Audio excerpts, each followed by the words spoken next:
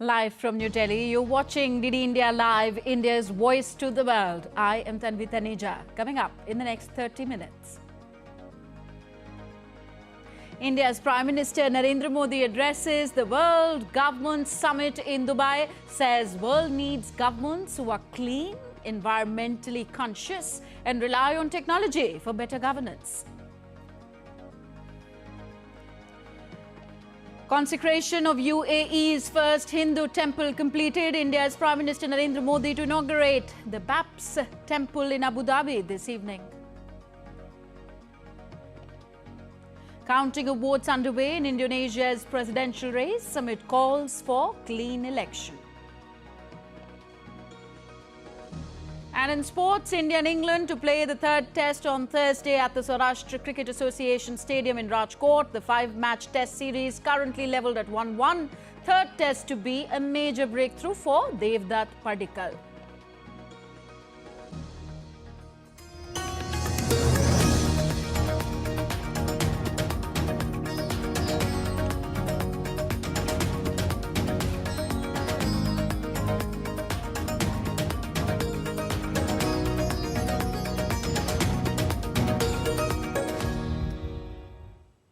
India's Prime Minister Narendra Modi participated in the World Governments Summit 2024 in Dubai on Wednesday.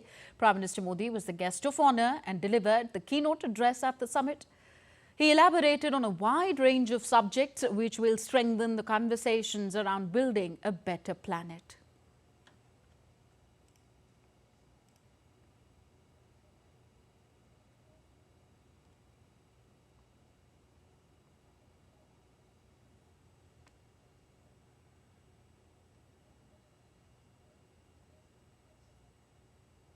आज विश्व को ऐसी सरकारों की जरूरत है जो इंक्लूसिव हो, जो सबको साथ लेकर चले। आज विश्व को ऐसी सरकारों की जरूरत है जो स्मार्ट हो, जो टेक्नोलॉजी को बड़े बदलाव का माध्यम बनाए। आज विश्व को ऐसी सरकारों की जरूरत है जो क्लीन हो, जो करप्शन से दूर हो, जो ट्रांसपेरेंट हो। आज विश्व को ऐसी सरकारों की जरूरत है जो ग्रीन हो, जो पर्यावरण से जुड़ी चुनौतियों को लेकर गंभीर हो।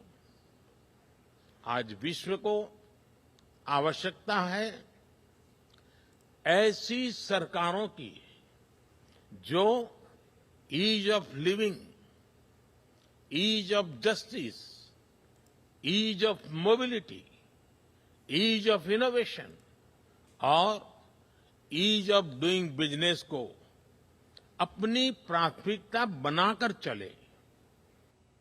Further addressing the audience at the World Government Summit in Dubai, Prime Minister Narendra Modi raised concerns for the welfare of the global south. He said that developed countries must share their resources and expertise with those in need.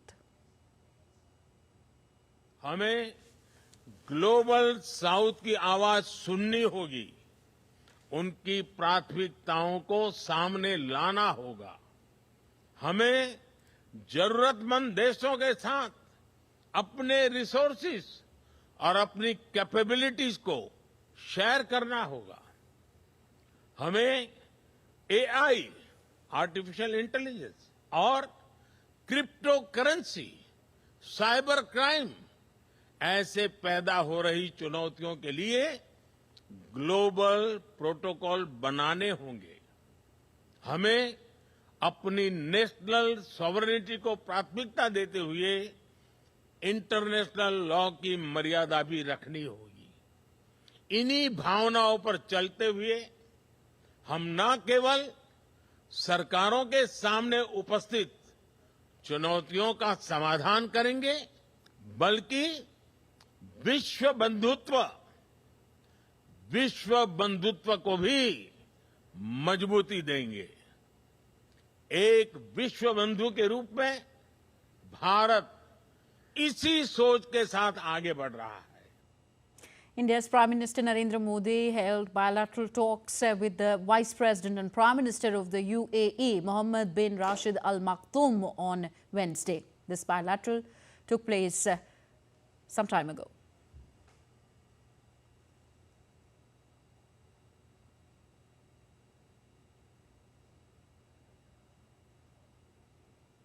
Also, Prime Minister Narendra Modi of India held a bilateral with Madagascar's President André Rajoelina in Dubai today.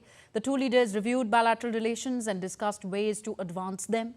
Prime Minister Modi reaffirmed India's support in the development journey of Madagascar. So these two bilaterals have happened before the keynote address delivered by Prime Minister Narendra Modi as guest of honor at the World Government Summit in Dubai.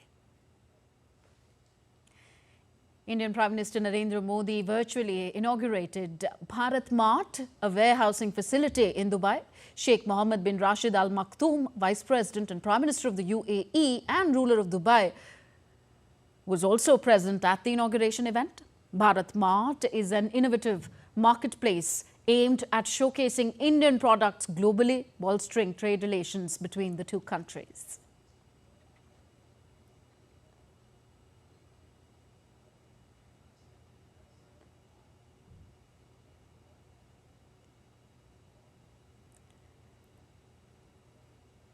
And DD India's Dibyendu Mondal joins us on the story from Dubai. Dibyendu, how would you summarize the key highlights of Prime Minister Narendra Modi's address at the World Government Summit?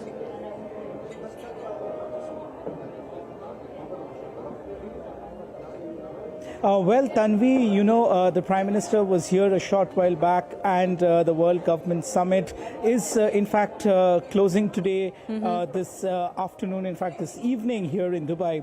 So, of course, the Prime Minister met the President of Madagascar and also the Prime Minister of the UAE and His Excellency of Dubai. So, his visit to Dubai and his speech at the World Government Summit here in Dubai has been appreciated by all the world leaders here, because he spoke about sustainability, he spoke about governance, he spoke about how governance should be conducted by every government across the world. He also spoke about the achievements of India, but most importantly, Tanvi, the launch of Bharat Mart in Dubai is something that will go a long way in increasing and improving the trade relation between both the countries, which is the UAE and India. Why? Because Bharat Mart will act as a gateway, e-gateway, and provide a platform for all exporters in India. Remember, Dubai is the gateway to international market, and the launch of Bharat Portal, Bharat Mart, which is a congregation of all the importers and exporters from Dubai and India, could meet on this digital platform, decide for themselves what they want to import, what they want to export, and will be available just in a click of a button. So this Bharat Mart, launched by Prime Minister Narendra Modi here at the World Government Summit, is going to go a long way in building a more robust trade relation between both the countries. And of course, the entire visit to Dubai by Prime Minister Narendra Modi this morning and this afternoon has been tremendous, and has been able to garner much support across all platforms, and the government representatives that have gathered here to listen to him. I was there when the Prime Minister was speaking. It was a full house, and there were much cheer from the audience when the Prime Minister was talking about governance, about sustainability,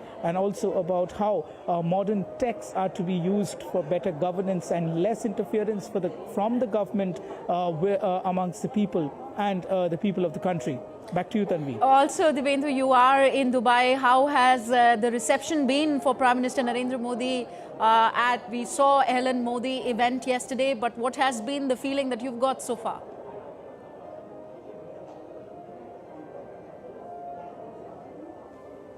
Tanvi, but here in Dubai, it was more of a government to government meeting, more of bilaterals, less of a community participation here. What we saw at Alhan Modi was a congregation of all the Indian diaspora that lived across all the 7 emirates in the UAE. So, Alhan Modi was a remarkable and an outstanding event where Prime Minister was welcomed by 65,000 plus Indian diaspora people that had gathered from across different parts of the UAE.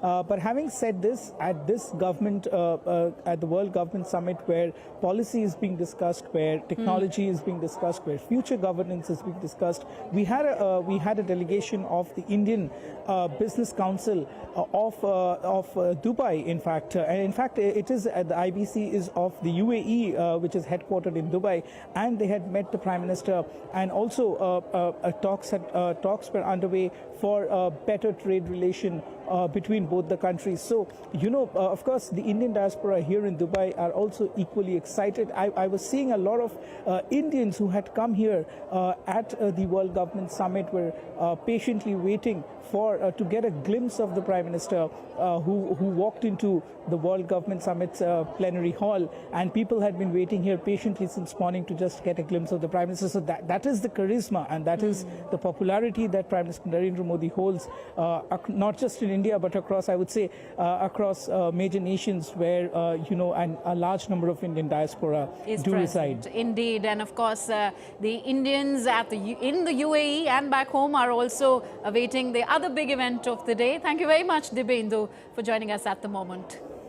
So the other big event of the day, the BAPS Hindu temple inauguration. So the consecration ceremony of BAPS Hindu Mandir in Abu Dhabi completed today, and this is ahead of its inauguration by India's Prime Minister Narendra Modi. The foundation stone of the temple was also laid by Prime Minister Narendra Modi back in 2017, and in the evening, Prime Minister Narendra Modi is expected to inaugurate the largest Hindu temple in West Asia, the BAPS Swaminarayan Mandir here.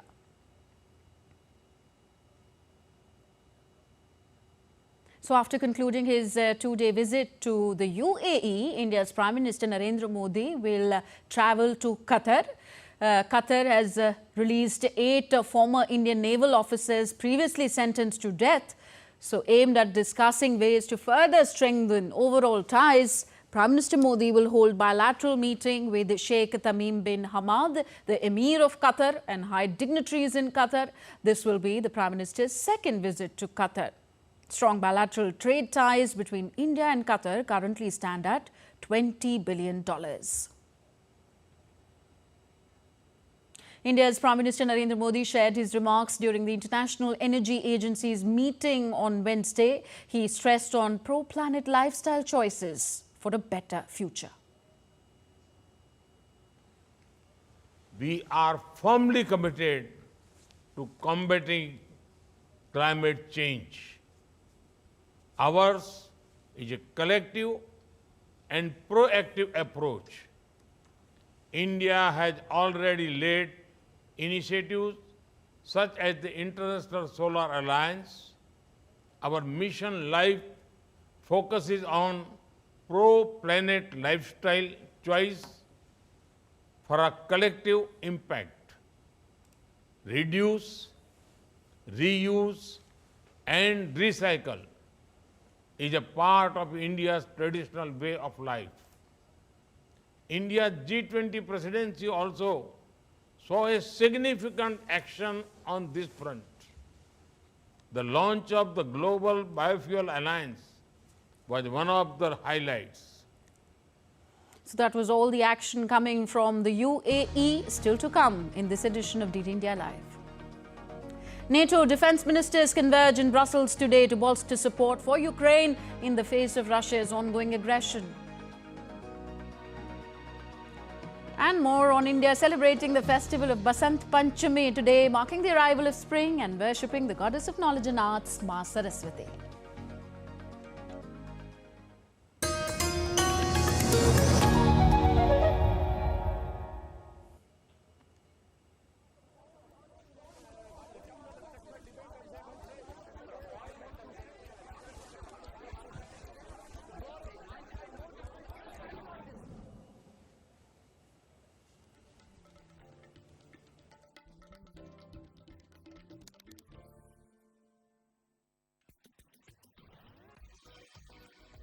India that invents. India that innovates. India that excites. India that invites. Land of possibility. Teeming with opportunity. Most India ideas. Each Thursday, 8 p.m. only on TV India.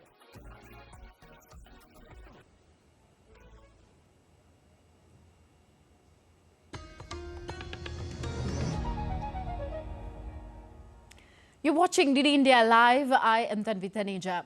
In Indonesia, a 6-hour-long voting process has concluded where millions of people on Wednesday cast their ballots in the country's presidential, national and provincial elections. Earlier, heart-shaped balloons, chocolate and pink candy welcomed voters to polling station in the city of Denpasar on Indonesia's resort island of Bali. Voters were greeted by women dressed in pink traditional clothing, handing out chocolates instead of how to vote cards. So there was heavy rains and flooding which forced the election authority to delay polls in the Demak Regency, Central Java, Jakarta Post. Some polling stations were also damaged due to gusty winds and downpours. Now on to the suspense of a government formation in Pakistan. Former Prime Minister Shehbaz Sharif is set to retake his position as the next premier while leading a new coalition alliance formed between different parties after national elections last week returned a hung parliament. The Pakistan People's Party, PPP, announced its support to Sharif's party on Tuesday to form a minority government. That ended the stalemate after inconclusive elections in the nuclear-armed nation that led to days of political uncertainty.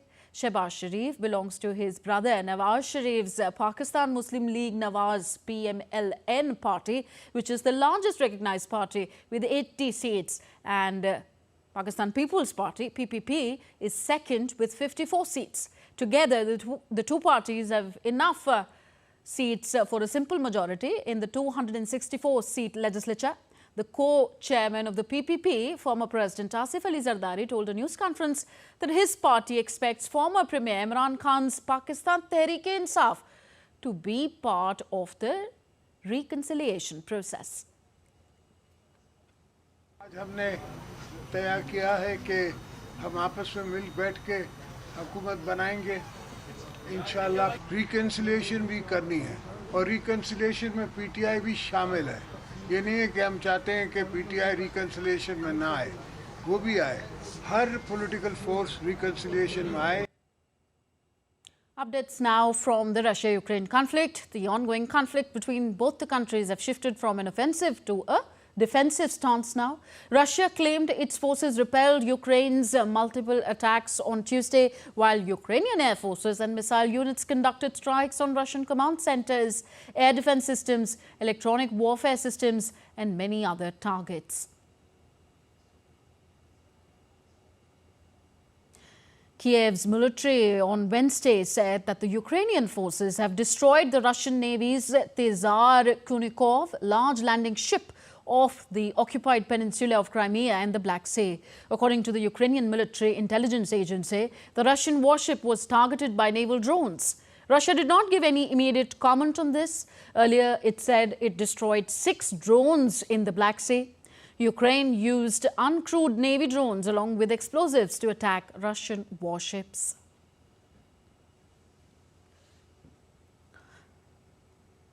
In Europe, NATO defense ministers will meet in Brussels today with a focus on bolstering support for Ukraine in the face of Russia's ongoing aggression. The discussions will also center on the potential rise in defense spending across the 31-member alliance. DD India's Ishan Garg reports from Brussels on the latest developments.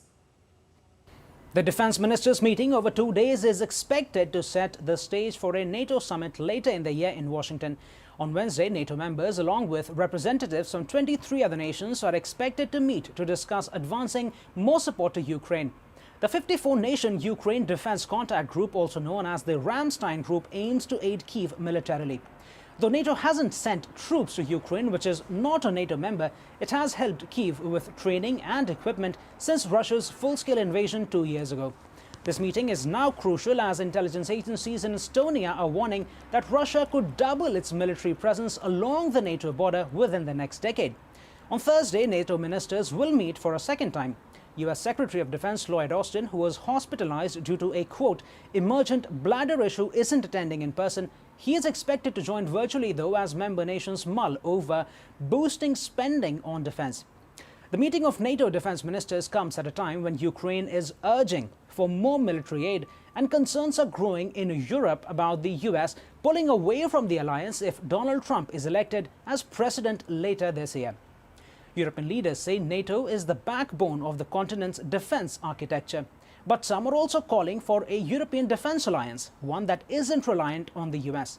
This comes after U.S. presidential hopeful Donald Trump said the U.S. should not support NATO countries that are not spending enough on their own military capabilities. Brushing aside these comments, NATO says member nations remain committed to each other's defense. Ashan Garg in Brussels, reporting for DD India.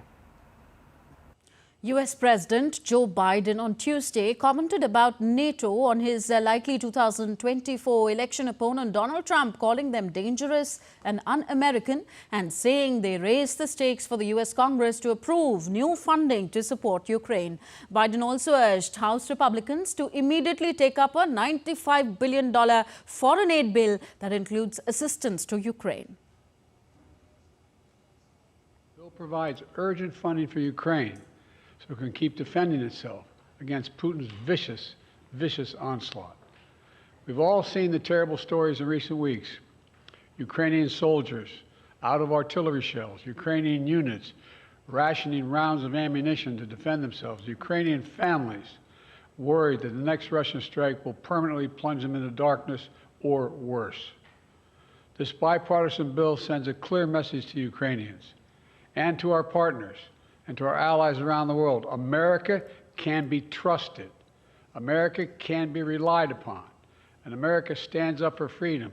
We stand strong for our allies. We never bow down to anyone, and certainly not to Vladimir Putin. And we now take a look at other stories making news around the world. North Korea fired multiple cruise missiles off its east coast on South Korea on Wednesday. The missile launch follows North Korea's recent multiple missiles testing, escalating tensions in the Korean peninsula. Heavy snow blankets New York City as winter storm hammered northeastern United States. Snow accumulation on the roads have led to traffic disruptions in the city, prompting public schools to move their classes online. Further, public transportation services, including ferries and certain subway lines, experienced reduced transport frequencies. New Orleans celebrates the end of the carnival season with colorful and lively Mardi Gras festivities throughout the city. The festival is the nation's largest and most renowned annual carnival celebration. The city was seen illuminated with vibrant parades, elaborate costumes and lively street performances.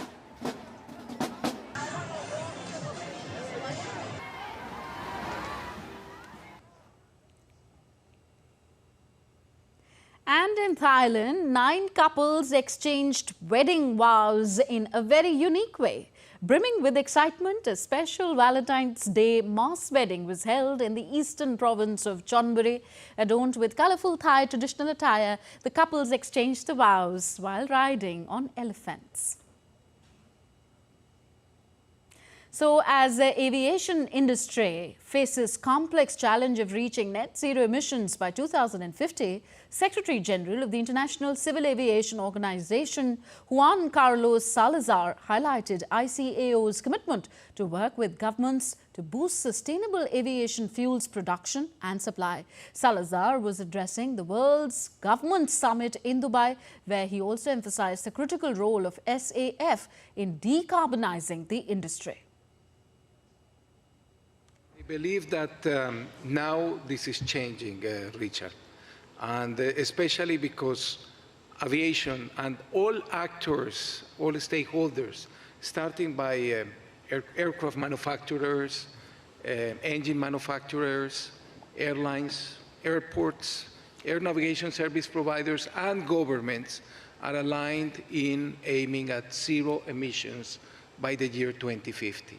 So now the story of aviation is not to try to convince how little aviation contributes on carbon emissions, but now the story is to convince that aviation is acting to achieve zero emissions by the year 2050. And in sports, India's Ravindra Jadeja is making steady progress in training after a hamstring injury, and the experienced all-rounder should be available for the third test against England in Rajkot. 35-year-old Jadeja sustained the problem on the fourth day of the first test in Hyderabad and missed the second, where the hosts drew at 1-1 last week. Jadeja had been recalled to the Indian squad, with selectors keeping an eye on his fitness before the third test, which begins on Thursday. India will be without Virat Kohli for the rest of the series due to personal reasons, while England is missing spin spearhead Jack Leach, who sustained a knee injury. England skipper Ben Stokes will earn his 100th test cap in this match. And residents of Vrindavan, in India's Uttar Pradesh, joyously marked the occasion of the festival of Basant Panchami by adorning the Banke Bihari temple with vibrant colours and gulal. The spirited celebration not only honours the festival, but also heralds the arrival of spring in northern India. So these visuals of the vibrant colours on display at the festival of Basant Panchami being celebrated.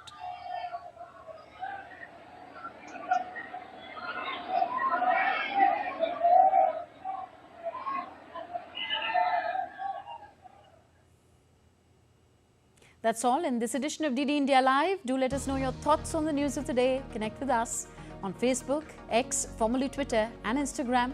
We'll be back with more news as it breaks here on DD India. I'm Tanvi Taneja. From all of us here in New Delhi, thank you for watching. Namaskar.